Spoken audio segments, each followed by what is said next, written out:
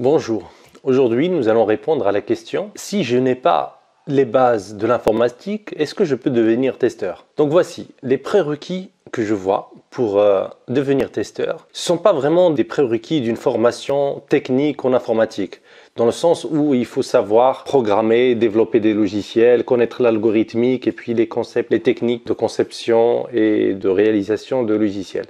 Mais c'est plutôt, comme c'est un poste fonctionnel, il faut des compétences fonctionnelles pour pouvoir le faire. La première des choses qu'il faut connaître, qu'il faut avoir pour devenir un testeur logiciel fonctionnel, c'est être un bon utilisateur de logiciels sur un ordinateur. Ça veut dire avoir cette facilité d'utiliser un ordinateur. Qu'est-ce que ça veut dire? Ça veut dire dans votre quotidien, est-ce qu'un ordinateur, c'est un plaisir à utiliser? Est-ce que vous savez utiliser votre boîte mail électronique? Est-ce que vous savez utiliser les réseaux sociaux en général? Un réseau social suffirait pour dire que voilà, vous aimez faire ou pas. Est-ce que vous réalisez vos démarches administratives en utilisant les services web, donc démarches administratives en ligne? Donc ça vous donne une idée si c'est quelque chose que vous allez aimer, le fait de pratiquer ce métier de testeur logiciel. Il y a aussi un prérequis qui est important, c'est celui d'avoir cette maîtrise des outils bureautiques. Je dis maîtrise, c'est un gros mot, mais c'est plutôt avoir une utilisation moyenne de ces outils bureautiques, comme pour Office, Word, Excel, PowerPoint, et aussi les correspondants open source des outils logiciels.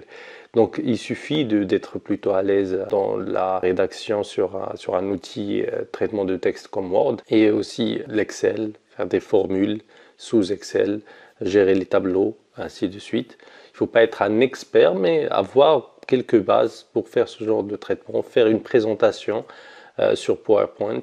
C'est quelque chose qui est utile quand on est testeur logiciel. Il faut aussi avoir une bonne capacité rédactionnelle. Ça veut dire quand on rédige un mail ou un document ou un rapport, qu'on fasse quelque chose de bonne qualité sans beaucoup de fautes, être clair, précis, concis.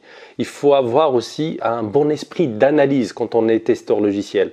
Ça veut dire qu'on va analyser déjà nos inputs, nos documents d'entrée, comme les spécifications, les expressions de besoin et les cahiers des charges.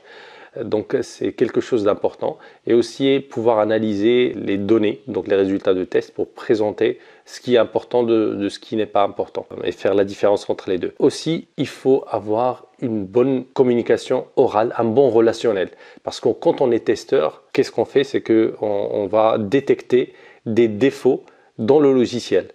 Et le logiciel, qui est-ce qu'il a fait? C'est une personne qu'on appelle développeur, ou plusieurs personnes qui sont des développeurs.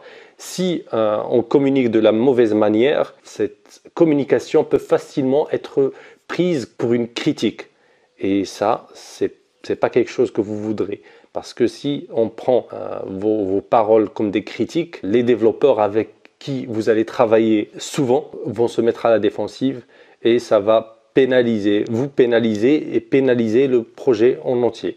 Donc c'est pas quelque chose que vous voulez, de vous mettre les développeurs ou les product owners ou l'assistance à maîtrise d'ouvrage à dos. C'est des gens avec qui vous allez travailler énormément, et vous voulez avoir des échanges cordiaux avec ces personnes-là. Donc il ne faut pas être rigide. Donc quelqu'un qui communique sèchement, quelqu'un qui s'énerve, quelqu'un qui n'a pas une maîtrise de soi. Donc il faut plutôt être sociable, communiquer avec, pas vraiment sociable, ça veut dire être des capacités d'empathie énormes, mais une moyenne, donc ne pas blesser, ne pas frustrer les gens, ne pas critiquer, ne pas pointer du doigt les gens, accepter les réponses qui soient un peu frustrées, et savoir réagir à des situations conflictuelles ou stressantes. Donc c'est quelque chose qui est très apprécié dans le domaine des tests. D'autant plus que le testeur, c'est quelque chose qui fait le lien entre plusieurs profils. Les développeurs, les référents fonctionnels et métiers, et puis les gens d'opérationnel qui s'occupent de l'infrastructure et des plateformes. Donc c'est quelqu'un qui fait le lien entre tous ces gens-là, donc qui fluidifie les échanges, et on a besoin qu'il ait une bonne capacité communicationnelle. La dernière chose, il faut aussi avoir une approche rigoureuse, méthodique, pour que les gens aient confiance en notre travail. Donc avoir un travail structuré, bien défini, précis, Donc avoir le sens du détail, c'est quelque chose qui est très apprécié dans ce genre de métier. Donc tous ces éléments, c'est les prérequis pour devenir testeur logiciel, fonctionnel, manuel. Si on veut devenir automaticien de test, qui est plutôt un poste technique, qui s'approche plus d'un développeur, on peut demander une formation technique de développement.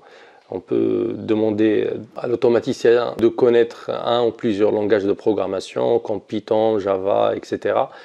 Mais ça, c'est pour ce métier-là. Même pour ça, on peut exercer ce métier-là sans maîtriser des langages de programmation.